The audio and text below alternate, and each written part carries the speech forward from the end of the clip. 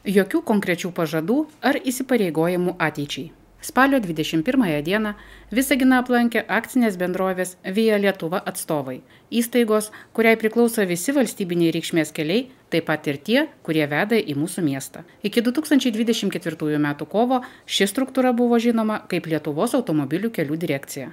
Vizitas į Visaginą surengtas vykdant suplanuotus susitikimus su šalies savivaldybėmis.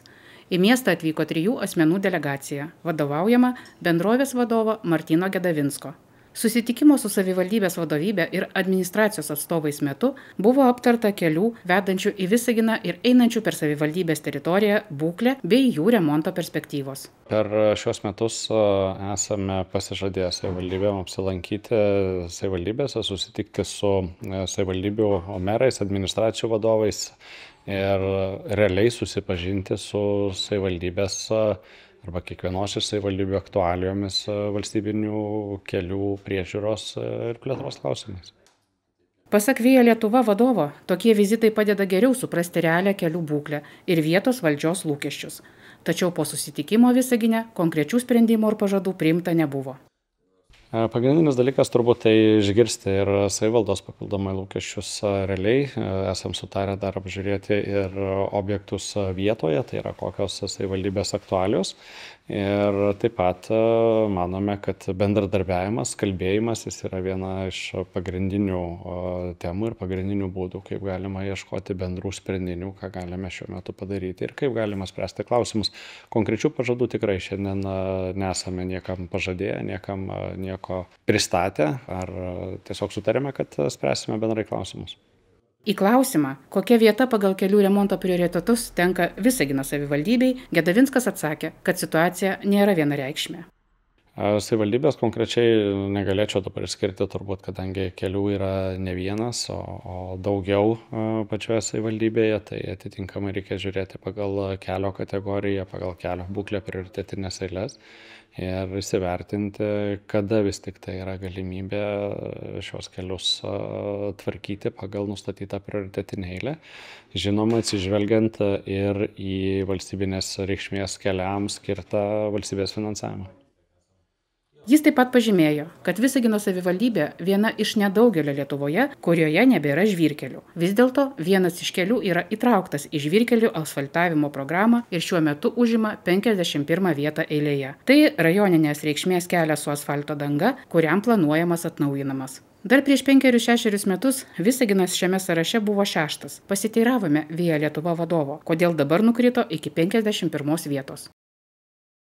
Kiekvienais metais Via Lietuva atlieka viso valstybinės reikšmės kelių tinklo matavimus su viena moderniausių šiuo metu netgi Europoje esančių kelių matavimo įrangų. Tai yra lazeriniai davikliai fiksuoja tiek pačią asfalto dangą, nelygumus, provėžas, išilginius nuolydžius, duobes, mikroįtrūkimus asfalto dangose, kas vairuotojams ir naudotojams plika akim nėra matoma.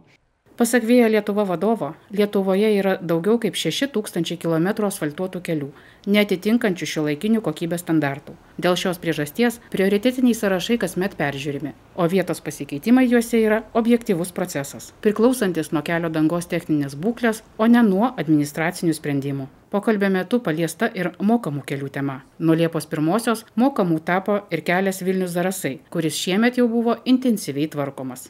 Nuo Liepos 1 dienos daugiau kaip 1500 km krašto kelių yra papildomai traukti į mokamų kelių tinklą. Tuo tikslu ir buvo įtraukta, kad sunkiasvoriai automobiliai, kurie daro didžiausią įtaką į kelio ilgaamžiškumą arba į defekto susidarimą, papildomai susimokėtų ir prisidėtų prie valstybinės reikšmės kelių tinklo atstatymo ir kokybės gerinimo. Tai tikiu, kad papildomas surinktos lėšos ir paspartins arba leis greičiau atstatyti kelių būklę. Atsakydamas į klausimą apie lėšų paskirstimo principus, Gedavinskas pabrėžia, kad kelių finansavimas nėra dalyjamas pagal savivaldybės. Tai yra sudaryta daugiau kaip 20 prioritetinių eilių, atsižvelgiant į kelio kategoriją, atsižvelgiant ar tai žvyrkelis ar kitas klausimas, ir tokiu būdu pagal prioritetinės eilės, pagal eismo intensyvumą yra investuojamos lėšos į kelių tinklo atstatymą. Susitikimo metu Visagino meras atkreipė dėmesį, kad į mūsų miestą kasdien atvyksta daug darbuotojų iš kitų regionų. Taip pat priminė, jog savivaldybės teritorijoje yra strateginis objektas – uždarymo stadijoje esanti Ignalinos atominė elektrinė. Į redakcijos klausimą, ar tai galėtų tapti pagrindu papildomam kelių finansavimui, Via Lietuva vadovas atsakė vienareikšmiškai. Apie papildomą finansavimą atsižvelgiant į karinę infrastruktūrą arba į strateginio objekto buvimą tai yra šioje savivaldybėje, tai tikrai Lietuva negali pasisakyti ir negali spręsti. Reikėtų turbūt ieškoti atsakymų tiek vyriausybėje, tiek kitose valstybinėse institucijose dėl papildomų kriterijų arba papildomo tikslinio finansavimo skirimo. Via Lietuva atsakinga yra už valstybinės reikšmės kelių tinklo priežiūrą ir plėtrą. Ir atitinkamai, kiek yra skiriama lėšų iš biudžeto, tai yra tiek į kelių plėtros ir priežiūros programą, tą vadinamą KPPP, tiek į kelių fondą, kuris startuoja nuo 2026 metų sausio 1 dienos. Kaip ir galima buvo tikėtis, Via Lietuva vadovybės vizitas į Visaginą, kaip ir ankstesni prezidento, ministrų bei vyriausybės atstovų apsilankymai, neatnešė jokių konkrečių sprendimų. Visaginui ir jo gyventojams belieka tikėtis, kad daugybė politikų pažadų, kasmet kartojamų iš kadencijos į kadenciją, jog pavyks susitarti su kelininkais, kada nors virs realybė. Vis dėlto dialogas tęsiasi ir galima sakyti, kad jau pasiektas mažas, bet teigiamas rezultatas. Via Lietuva atstovai pažadėjo papildyti kelio Vilnius-Zarasai nuorodas mūsų miesto pavadinimu. Visaginas skambėjo eteryje net 13 000 kilometrų atstumu.